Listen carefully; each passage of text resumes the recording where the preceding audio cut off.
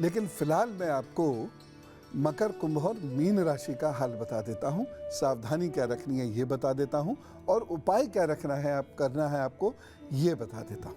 मकर राशि के लोगों को वाणी से कष्ट होता हुआ दिखाई दे रहा है। अपने गले का उन लोगों को बहुत ध्यान देना होगा। जिन लोगों को कमर में या घुटनों में समस्या रहती है, उन लोगों को अपना बहुत ज़्यादा ख्याल रखने की आवश्यकता है। इस दिन एक सावधानी इस दिन ज़रूर बरतिएगा। इस दिन ठंडी चीज़ें नहीं खाइएगा। उपाय क्या करना है इस दिन को बेहतर बनाने के लिए? तो गुनगुना जल पीजिए, और दूसरी बात उड़द की दाल का दान अवश्य कर दीजिए। कुंभ राशि, आत्मविश्वास की कमी आप में नहीं होनी चाहिए, ये ध्यान रखें। आप पूरे आत्मविश्वास से अपना कार्य करते रहिए, नहीं तो कुछ प्रॉब्लम हो जाएगी। खासतौर से वो लोग जो कोई इंटरव्यू में जा रहे हैं या फिर किसी व्यक्ति विशेष से मिलने जा रहे हैं, अपना आत्मविश्वास बनाकर रखिएगा। और पढ़ाई छोड़ने की बात मत कीजिए, काम छोड़ने की बात मत कीजिए, क्योंकि इस दिन थोड़े से डोलड्रम्स क्रिएट होंगे। तो ऐसा लगेगा ये काम छोड़ देते हैं, नौकरी छोड़ देते हैं, व्यापार छोड़ देते हैं, पढ़ाई छोड़ देते हैं। नहीं करना है, ये सब सोचना ही नहीं है। बस एक सावधानी ज़रूर बरतनी है, और वो ये है कि कोई भी निर्णय स्वयं नहीं लेना है। उपाय क्या करेंगे? इस दिन नीले काले कपड़े मत पहनिए, सफ़ेद रंग का धागा दाहिनी कलाई में बांधिए और अपने काम पर जुटिए, तो ठीक करेंगे। मीन राशि, आपके लिए अच्छा समय है। मेहनत से अपना कार्य करते रहिएगा, लेकिन एक सावधानी बरतनी बहुत ज़रूरी है। इस दिन वाद विवाद से बचने की आवश्यकता है। आपकी ओर से वाद विवाद शुरू हुआ तो आप नुकसान में ही रहेंगे, ये ध्यान रखिएगा। उपाय क्या करना है इस दिन को बेहतर बनाने के लिए? उड़द की दाल का दान अथवा मसूर की दाल, लाल मसूर की दाल का दान ज़रूर कर दीजिएगा। अनुराग जी से बात करते हो, जैन से हमारे साथ हैं जी। राम राम अनुराग जी। हेलो, से बात करके जी। हेलो गुरुदेव, सादर जी प्रणाम। जी जी, राम राम राम राम। सादर प्रणाम।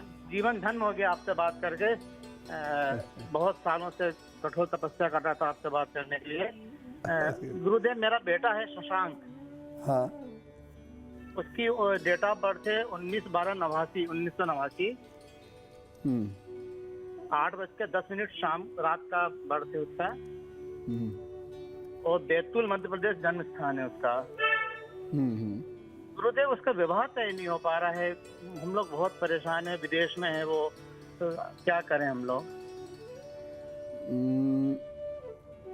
एक बार उनसे पूछ लीजिए। वहाँ तो तय नहीं कर लिया है उन्होंने, क्योंकि विवाह के योग तो इधर चल रहे हैं। जी गुरुदेव, तो एक बार अभी तक तो पूछ नहीं बताया ऐसा। बड़े बच्चे होते हैं तो पूछ लेने में कोई हर्ज नहीं। विवाह का योग नहीं, हमें कोई दिक्कत भी नहीं होता। हमें कोई दिक्कत भी नहीं होता। हाँ, विवाह का योग जो है 9 फरवरी से शुरू हुआ है, और ये 27 मार्च 2023 तक है। इतने बीच में इनका विवाह होगा। नौकरी में भी इनके बदलाव आने का समय शुरू हो चुका है, इसलिए ये नौकरी में भी बदलाव अपनी करेंगे, उससे इनको लाभ भी होगा। तो कुल मिला के समय ठीक चल रहा है। बस आप एक छोटा सा काम कर दीजिएगा। इनका जूते चप्पल अगर कुछ रखे हो आपके पास, तो किसी एक शनिवार को इनके जूते चप्पल का दान किसी ज़रूरतमंद व्यक्ति को कर दीजिएगा। बस इतना कर दीजिएगा, और मुझे उम्मीद है साल भर के अंदर अंदर आप बहुत धन्यवाद, मंगल कार्य होगा। बहुत धन्यवाद। प्रणाम गुरुदेव। प्रणाम जी, प्रणाम जी।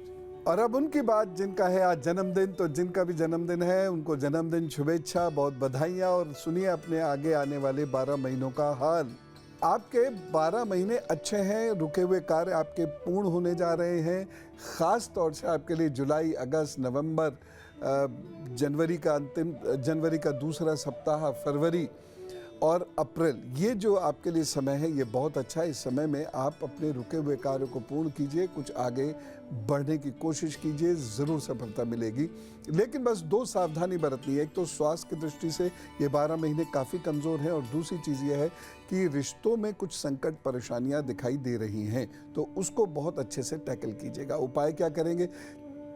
चांदी की एक माला और ले लीजिए, और उसमें कुछ चावल रखिए, और अपने जन्मदिन पर या अपनी माताजी के जन्मदिन पर उनको भेंट कर दीजिए।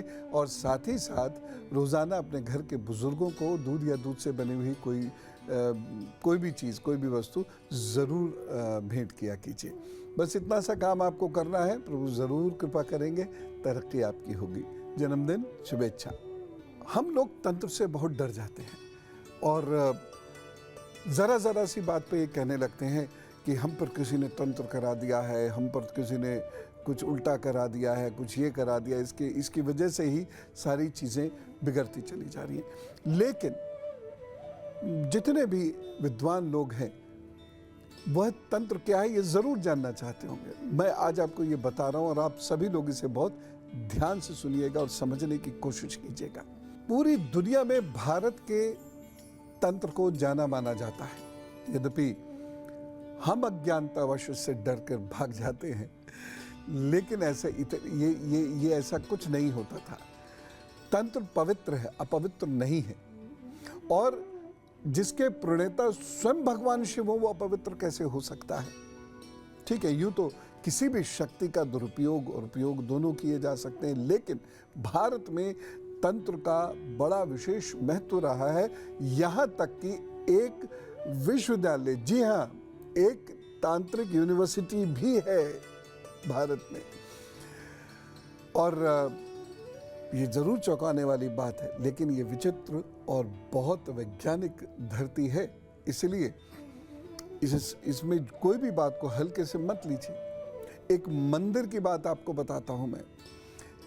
तांत्रिक विश्वविद्यालय तो है ही हमारे साथ, एक तो मुरैना में है, जिसे मुरैना संसद भी कहते हैं, और बिल्कुल वैसे ही है उसका आकार जैसे हमारा संसद का भवन है, एकदम गोल। और उसी में 64 योगिनियाँ रहती थी, उसी में 64 योगिनियों के आपको प्रतिमाएं या उनके बैठने का स्थान भी नजर आएगा। अब आपको तंत्र का मंदिर भी बताता हूँ, और ये है एकांतेश्वर महादेव मंदिर। 64 योगिनी मंदिर है ये। यहाँ पर 2 वर्ण होते हैं, 2 वर्ण आते हैं, एक 64 और दूसरा योगिनी। तो ये 64 क्या है और योगिनी क्या है? योग क्रिया में पारंगत व्यक्ति को योगी, पुरुष को योगी कहा जाता है और स्त्री को योगिनी कहा जाता है। ठीक है, आज योगिनी का अर्थ हम लेते हैं बहुत कोई चीज ऐसी डरावनी सी होगी, झूठ बोलेगी, मांस खा जाएगी हमारा, हमको काट के खा जाएगी, लेकिन ऐसा नहीं। ये बेहद पवित्र स्त्रियां हैं, बेहद शक्तिशाली स्त्रियां हैं, विलक्षण शक्तियों से युक्त सिद्ध स्त्रियां हैं। ये शिव की उपासकाएं होती हैं, समाज से अलग थलग रहती हैं, क्योंकि शिव जी की तरह ये औगण रूप धर के रहती हैं। इसलिए शरीर, समाज, संसार सबसे दूर रहती हैं, ये सबसे बेखबर रहती हैं, इन्हें किसी चीज़ का कोई होश नहीं रहता। लोगों को अपने से दूर रखने के लिए अजीबोगरीब हरकतें करती हैं, जिससे लोग इनसे दूर रहें। लेकिन ये योगिनियाँ, मैं पुनः बताता हूँ, बेहद सिद्ध होती हैं और बेहद पवित्र होती हैं, और शिवजी के औघड़ रूप के समान ही इनका एक विलक्षण रूप होता है, बहुत औघड़ी रूप होता है।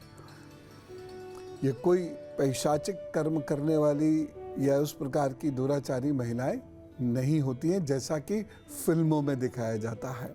फिल्मों की वजह से हमारे अंदर बहुत सारे मिसकॉन्सेप्ट धर्म को लेके क्रिएट हो गए हैं, जो मुझे व्यक्तिगत रूप से बहुत बुरा भी लगता है कि प्रॉपर रिसर्च के बिना कुछ भी दिखा देते हैं। हाँ करती हुई एक योगिनी दिखा दी, ये कि बहुत उच्च कोटि की और बेहद पवित्र साधिकाएं होती हैं, जो सूक्ष्म शरीर सिद्धि जानती हैं, परकाया प्रवेश आदि सिद्धि जानती हैं। और अगर ये आप पर कृपा बना दें, यदि ये आप पर कृपा कर दें, यदि ये आपसे प्रभावित हो जाए, तो इनके पास ऐसी शक्ति है कि आपको क्या से कितनी ऊंचाइयों तक ये पहुंचा सकते हैं। दूसरी बात आती है 64 क्या है।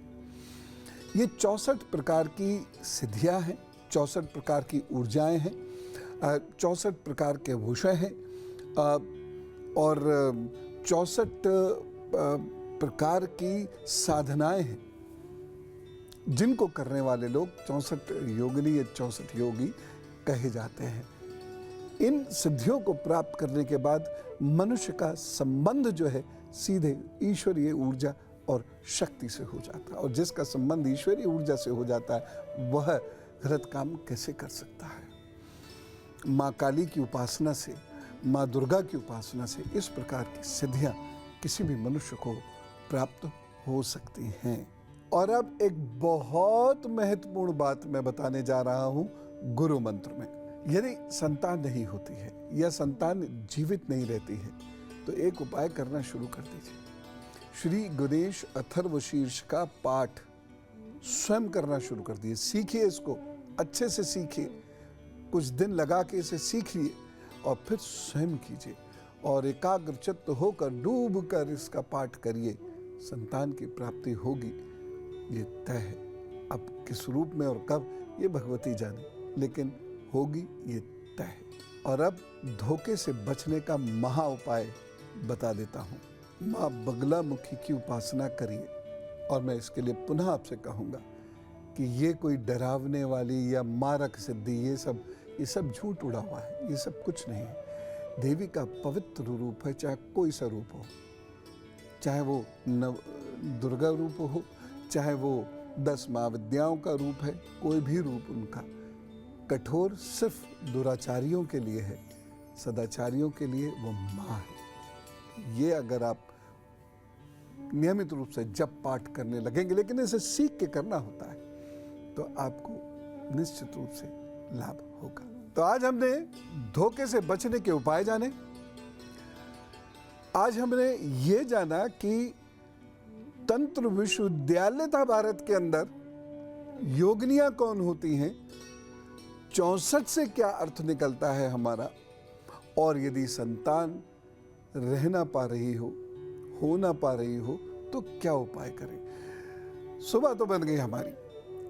जब इतना सकारात्मक ज्ञान मिलता है ना, शास्त्र को समझने का मौका मिलता है, तो बड़ा आत्मविश्वास रहता है।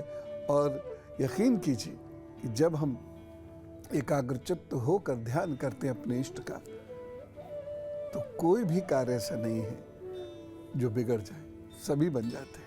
आप खुश रहिए और कहते रहिए राम राम, नमस्कार, भारत माता की जय।